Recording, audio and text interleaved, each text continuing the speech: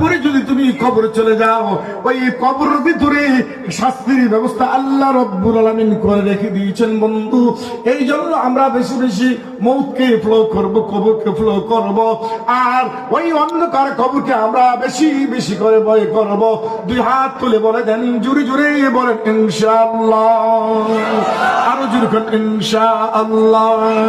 একটু জিকির করেন সুবহানাল্লাহ ওয়ালহামদুলিল্লাহ, সুবহানাল্লাহ ওয়ালহামদুলিল্লাহ, লা ইলাহা ইল্লাল্লাহ।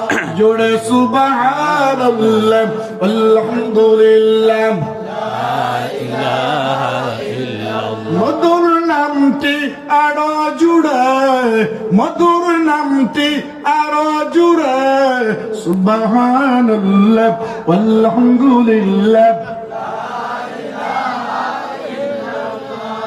আর জোরে সুবহানাল্লাহ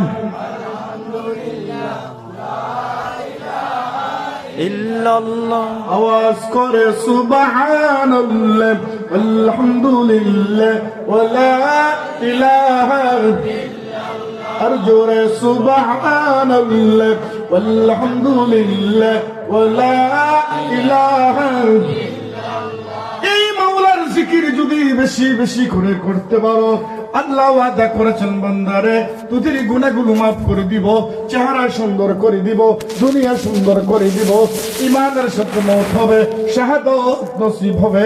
তোমরা যখন মরে কবরে যাবা, ওই কবর আমি আল্লাহ নূর করে দিব, গুলজার করে দিব, নূরে নূরান্বিত করে রঙিন করে দিব।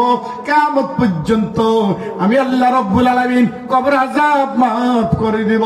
কঠিন কিয়ামতের ময়দানে বান্দারে যারা পৃথিবীর জমিনে বেশি বেশি করে কোরআন তেলাওয়াত করবা, জিকির ফিকির বেশি বেশি করে করবা, হাসরের ময়দানে কিয়ামতের ময়দানে হাসতে হাসতে আমার জান্নাতে যেতে পারবা। বলেন সুবহানাল্লাহ, আওয়াজ করে বলেন সুবহানাল্লাহ, আলহামদুলিল্লাহ, লা ইলাহা ইল্লাল্লাহ,